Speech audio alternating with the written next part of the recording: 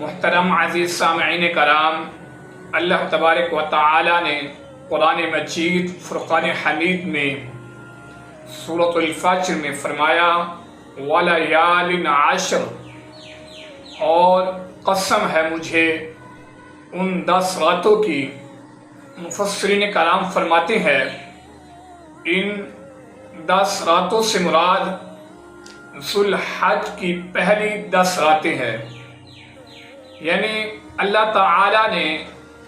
قسم کھائی ہے ذو الحج کی جو 10 راتیں پہلی ہے اس کے بارے میں۔ ذو الحج کی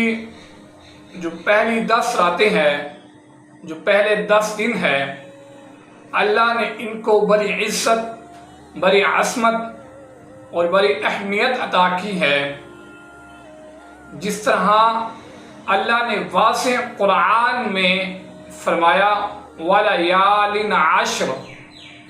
قسم ہے مجھے ان 10 راتوں کی۔ سامعین کرام، اسی طرح ان 10 دنوں کے حوالے سے حضرت ابن عباس رضی اللہ تعالی عنہ سے مروی ہے کہ رسول اکرم صلی اللہ علیہ وسلم نے ارشاد فرمایا کوئی دن ایسا نہیں ہے کہ جس میں نیک عمل اللہ تعالی کے یہاں ان 10 ذو الحج کے دنوں کے نیک عمل سے زیادہ محبوب اور پسندیدہ ہو۔ صحابہ کرام علیہم الرضوان علیہم اجمعین نے عرض کی یا رسول اللہ صلی اللہ علیہ وسلم، جہاد فی سبیل اللہ سے بھی بڑھ کر رسول اکرم صلی اللہ علیہ وسلم نے ارشاد فرمایا جہاد فی سبیل اللہ سے بھی بڑھ کر، یعنی جہاد کرنے سے بھی افضل ہے۔ اگر کوئی شخص ان 10 دنوں کی قدر کرتا ہے اور ان 10 دنوں کے اندر نیک اور اچھے اعمال کرتا ہے، فرمایا اگر وہ شخص جو اپنی جان اور مال لے کر اللہ تعالی کی راہ میں نکلا پھر ان میں سے کوئی چیز بھی واپس لے کر نہ آیا، یعنی سب کچھ اللہ تعالی کے راستے میں نثار کر دیا، تو ان دونوں کے نیک عمل سے بھی بڑھ کر ہے۔ اللہ کے نبی نے فرمایا سب سے جو زیادہ عمل پہلے فرمایا کہ جہاد سے بھی بڑھ کر ہے جو شخص ان دنوں کی عظمت کو سمجھ کر عبادت کرے گا۔ فرمایا اگر کوئی شخص ان دنوں میں اگر کوئی شخص اپنی جان اور اپنا مال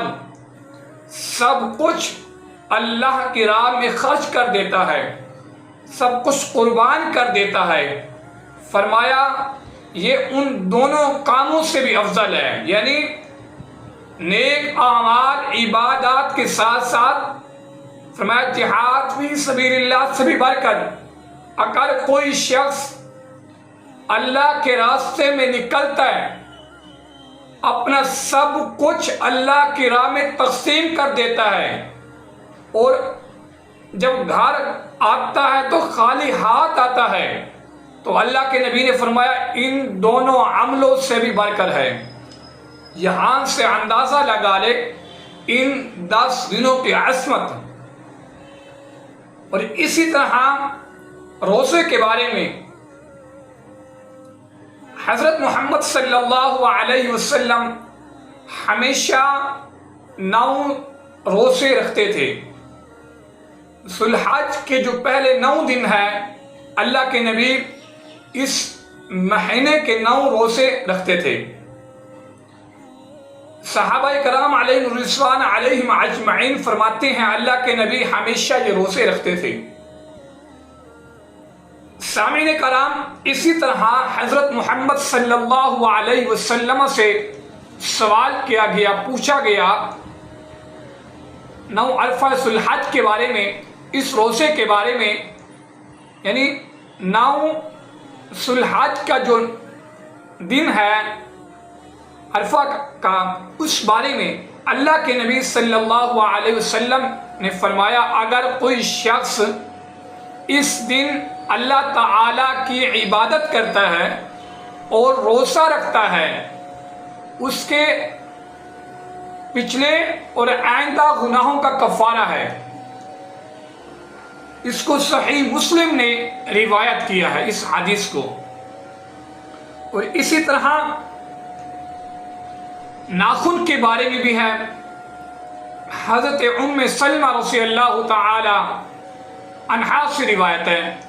کہ رسول اکرم صلی اللہ علیہ وسلم نے ارشاد فرمایا اگر تم میں سے کوئی شخص قربانی کا ارادہ رکھتا ہو تو اس کو چاہیے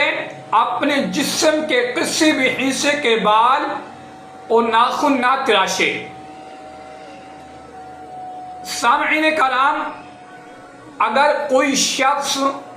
یہ مسئلہ ہے، اگر کوئی شخص قربانی کرنا چاہتا ہے تو اسے چاہیے وہ 10 دن یعنی عید کے بعد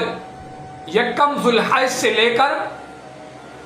عید کی نماز کے بعد وہ اپنے ناخن